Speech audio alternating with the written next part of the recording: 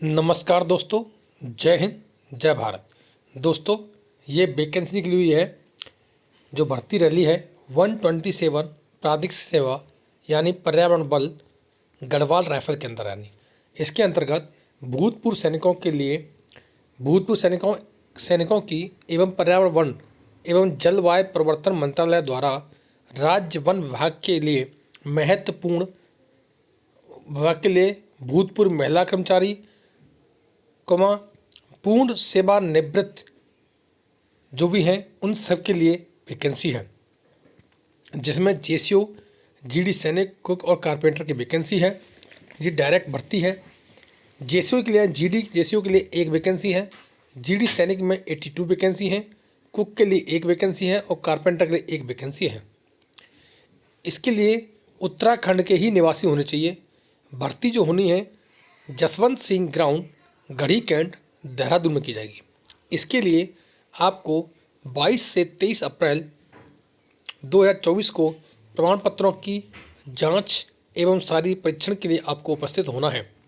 23 से 24 अप्रैल को शारीरिक परीक्षण के लिए चुने गए सैनिकों एवं नौजवानों का मेडिकल परीक्षण व साक्षात्कार होगा।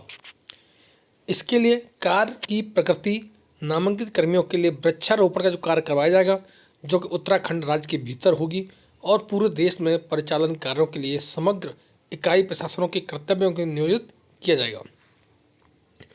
इसके लिए जो शर्त रखी गई है इस प्रकार है। भूतपूर्व सैनिक पेंशन धारकों के लिए कोई न्यूनतम आयु नहीं है। आप किसी भी उम्र में हैं, आप अप्लाई कर सकते हैं। सेवानिवृत्त तारीख 5 साल के भीतर होनी चाहिए। सिर्फ आपने सेना में जो जॉब की है उसे छोड़े हुए 5 साल के अंदर होनी चाहिए।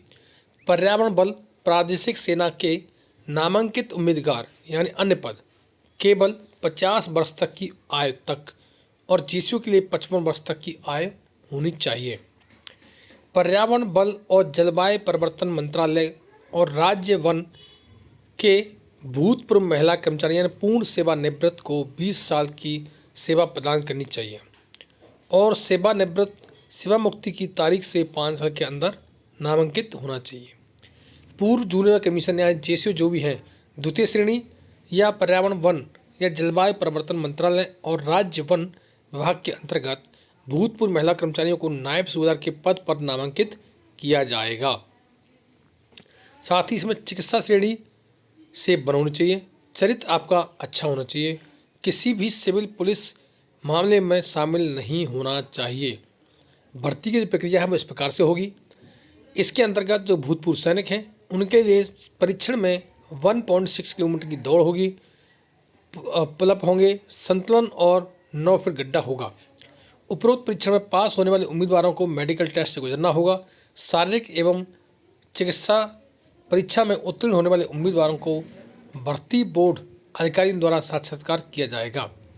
पर्यावरण वन एवं जलवायु परिवर्तन मंत्रालय और राज्य वन के भूतपूर्व महिला कर्मचारी भर्ती बोर्ड अधिकारियों द्वारा साक्षात्कार के लिए वन रोपण एवं पौधों की नर्सरी में तैयार करने की व्यवस्था का अवलोकन और चिकित्सा परीक्षण कराया जाएगा।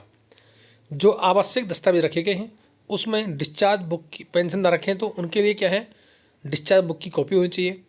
सेवानिवृत्त सामूहिक जीवन बीमा द्वारा जारी किया गया प्रमाण पत्र होना चाहिए। पेंशन भुगतान का आदेश यानी पीपी ऑर्डर होना चाहिए। पासपोर्ट साइज की 6 फोटो, आधार कार्ड और पैन कार्ड होना जरूरी है। और जो महिला हैं जो पेंशन धारक हैं उनके लिए भी सेम ऐसे ही रहेगा। उसमें संबंधित विभाग में जिसमें भी सेवा की उन्होंने 20 वर्ष सेवा प्रदान की होनी चाहिए, उसका प्रमाण पत्र चाहिए। साथ ही अभ्यर्थियों के लिए महत्वपूर्ण निर्देश ये हैं। प्रादेशिक सेना पूर्ण रूप से स्वैच्छिक संस्था है जिसमें नियमित रोजगार की व्यवस्था नहीं है और लंबी अवधि के एम्बोडीमेंट नौकरी के लिए यह संस्था कोई वादा नहीं करती है। पेंशन का इसमें रोजगार का प्रावधान नहीं है। नामांकन विशुद्ध रूप से योग्यता के आधार पर उपलब्ध रिक्तियों के आधार पर होगा। प्रादेशिक सेना या पर्यावरण बल में प्रदान की गई सेवा पेंशन योग्य नहीं होगी और कोई ग्रेच्युटी भी स्वीकार नहीं होगी। रैली में किसी भी प्रकार की दुर्घटना घटना के लिए भर्ती बोर्ड जिम्मेदार नहीं है।